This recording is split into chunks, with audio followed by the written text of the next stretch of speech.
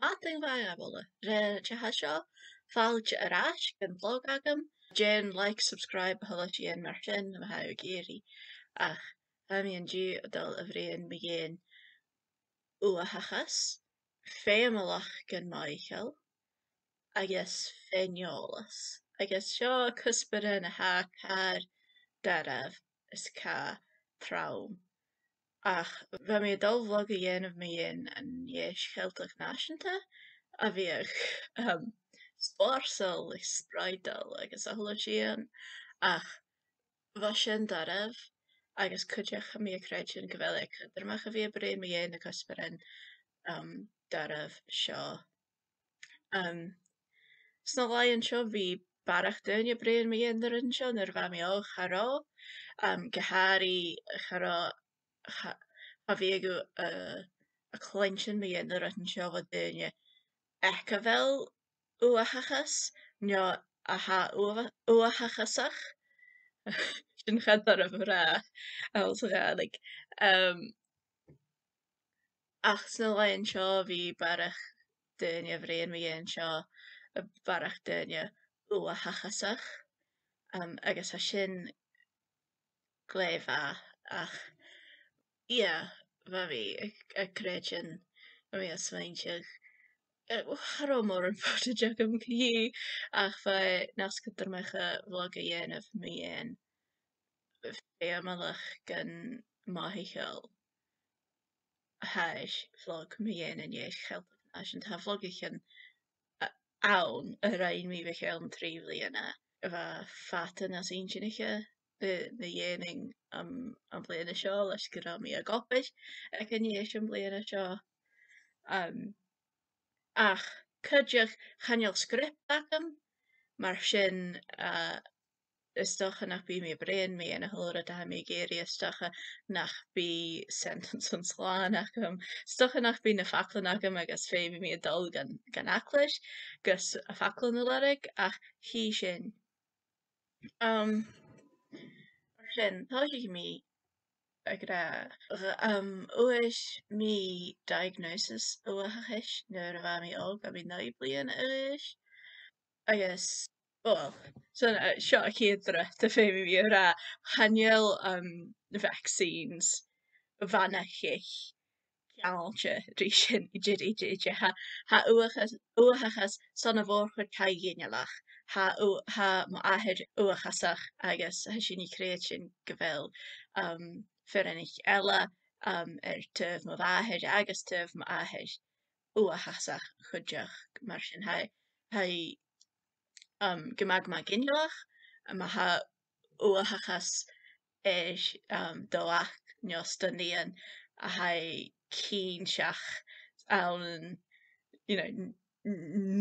nuichet sa nui céadad de cúisin ha cínseach go bhfuil Uathachas agatsa nó ag do chéile nó ag do fearan nó ag do fiúas do bhráthir ha ginealach mar sin agus cuideach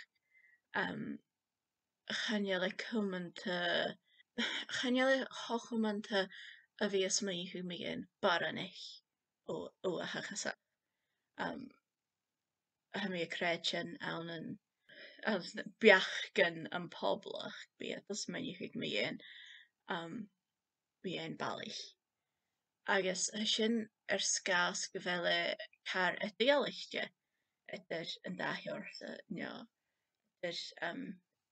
idir mar a héid sin ar tógadh go sóisialta go háirí bí na diagnostic criteria chaneal a faclan agam ar sin an sa ach bhí diagnostic criteria a bréon mé dhéin na ha duine eile a feiceann ha bhíad a bréon mé dhéin mar a bhéasú a feiceann an túil bhá an aineachan Uathasach agus go tríoch bí baranich is cailleachan maith máscaigh a dhéanamh ha sin a ciolchuig go bhfuilú a gciomsachuig cimar a bhíos duine eile Jay vieset Janef, Chimmer vieset de Brian Richela, Jay Hyatt Ageri Vuat, a velet Ageri the Hulan, a velet Ageri us a Janef shut na shaw. Agus bí a gíonsach mar a bhíos duine eile a coiad nan túil neo a bhailithigh an túil. Agus bí a gíonsach mar a buchór rutsa a bhí gus an bhí iatsan as maiich go bhfuil a thula sin mar sin rutsa cuide. A bhfuil sin a déanamh cíal? Ha mi cá úr a bhí brian me dhéan na rutan seo had a smainich mi me dhéan Uathachas fat dreich blian an mar sin nar bheith mi ág léamh mi leor is dé leor me dhéan Uathachas agus het dul ag an elm sin bheit dul scríb de le parentan nó doctoran agus ha mi cretin go like leor a bhean ann me dhéan baranich Uathasach ag an elm sin. Agus leis go raibh mi chomh maith ar máscaigh, smaoinigh mi nach raibh é chomh relevant gá. Ach bhí ceann dá bhliain a mi ar a bhí a léamhaigh tuilleadh me dhéan Uathachas agus ha an suíochuig go mbeadh etiolaíochtas nó laghad anseo ha imigh duine ann a ha a níos nan Nineveh a ha a níos a brian me dhéan an experience Uathasach. Agus mar sin ha mi a gíonsach a terman briarachas me dhéan na rutan a bhís meise a feiin. A ha sin a déanamh cíal. Cuideach ha mi a gíonsach na faclan an sa béla. Channeol na faclan ach am an sa galig. Stoch nach hel na faclan an sa galig, mar sin ma ha mi a trepiger na faclan ach am sin an uvis.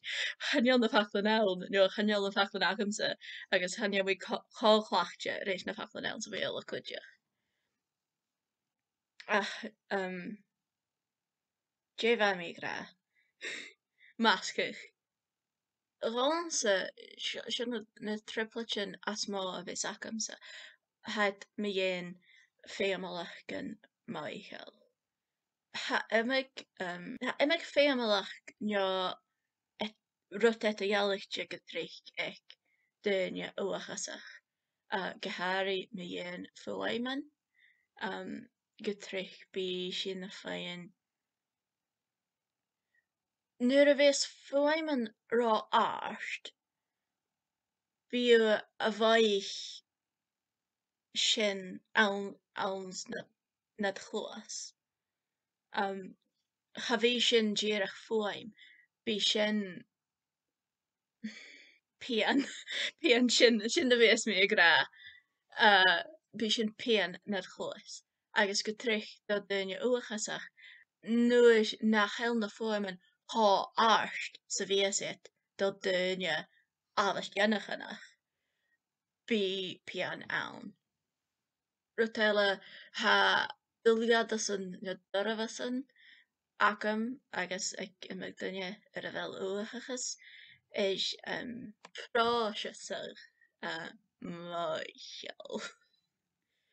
Ha sin a cíalchaigh an duine allasgeannachanach bí input Níl faclan sin agam input mothachail a téan isteach trá a thuúlan trá a chluasan trá de curagan is a thula téan agus bí do anachan a chur a thula sin rí chéile go féin gníomhachail agus ránsa a bhí sin a tachart. Féimi mi a thula sin a dhéanamh le máachach. Channeol sin féamal go bhfuil a thula fachcail cho choilech rí chéile. Ach cí mar sin rut eile hadar a bhá sin sin na dyddiadas yn as má na feumalachdan mothachail is próiseach mothachail agus airí fomhaimmen. Agus bha mí cais ha mis a creidir go raibh mí máscail agus cuideach bha sestaman agam seo a dhéanamh bha fiosach nach buchán a dul ann do rud a bhíos ra árst na déanaing sin ní mí rud eile as dé mar a siamplis dul go áite go mbeadh an sábhach a dul snámh rud mar sin a bhís agus mar sin bhéige na sása próiseach a dhéanamh a ghabhfuil rís na input sin agus mar sin féimid mí a bhriain mí dhéan burnout. Sgas go dtí dhéanasach mí bhí tiongar go bhfuil é cumanta nuair a bhíos duine uachasach a déanamh burnout go bíod a cail scileann máscail agus an sa bhí scileann máscail go trí nan scileann próiseach mothachail agus raibh mí burnout dá thuras an máist fichit agus a réist táling an uí agus ha mí ást gam a thógáil as dé sin agus ha mí ást a fáing amach dé is uirinn a dhéanamh agus dé a bhís cos ar sgas go bhfuil a thula sin éisteach níos mar i siamplis an dhéag cheilteach náisiúnta bábhas do sin a bhí meach go leor is talm an áit is céimhlim an ceol ha sin ha tentan ann a bhís rá uaimil agus ha tentan eile a bhís meach go leor agus bábhas go ndéis ó go léir a bhí meach go leor agus an bliana charrá bheith a thula síon rá uaimil agus bhfuil an dói ha mí taliste go raibh mí a gcopa is gás gon do thug sin ruachtaná a dhéanamh charrá acham a bhíos maithe mí géin an chéad mí an seo an chéad mí an sin bha mí ann an áit a bhain agus cuideach bha ról solais ann a dhéanamh mar a bhíos mí a bhriain colarí duine eile bha mí na thuaithe ag an daras a gra seán an ticket jacket dá thula duine bheith sin maith ar sgas go raibh féasach go solais dé buchán a dhéanamh ach bheith rá árst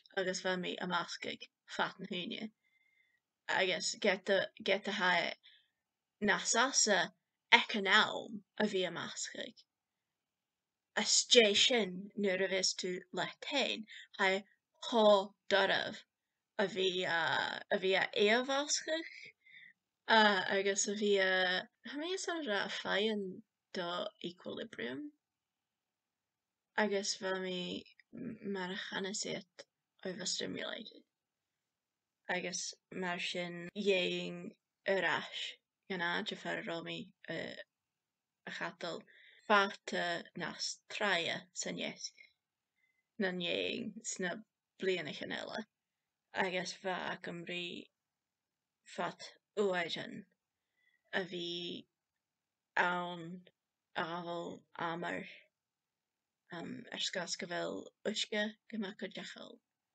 agus a chuir earplugs ann agus a thula síon a suireann a bhí a déanamh prósasach agus a bhí a fáin an stáit ar nach rámi overstimulated. Agus chabaran ach lá a bhain réon dearag seachgan. Agus mar sin bheith an bhrí meltdown ábhal. Gach lá gus an baran catal. Agus fa sin chodarmh a bheith mé farach an gorá thola sin cus. Agus gach fesgur as mainiuchig chanar an seo a dhéanamh. Carson a bheith chodarmh cha bhí catal go leor acu. Agus an uair sin bheith mé as mainiuchig haine seo zvaine seo há cudarmach ansa go cultarach agus go persantach sna blianachan seo chaid bheith sin dearag seachgan lán spórs lán ciúil lán a thola sin is jaarlam agus an uair sin chanar an seo a dhéanamh fa sin chodarmh. Sin an uimhir a ha mé ag rá ha mé ast a fáin amach deas an a dhéanamh agus sin cuideach an uimhir a thuairt mí ag táisiach a video go rá mí ar son a bhríon méon fèin-eòlas. Gas ha fèin-eòlas darmh do réine Uathachas. A bhfuil an cuid fèin-eòlas achan a tíon von Uathachas, a bhfuil a tíon von na rutan ar a bhfuil sin dhéal, a bhfuil a tíon go tríoch do réine nach heil ábhas agus sin do réine Uathachas duine ar a bhfuil ADHD agus imigrad.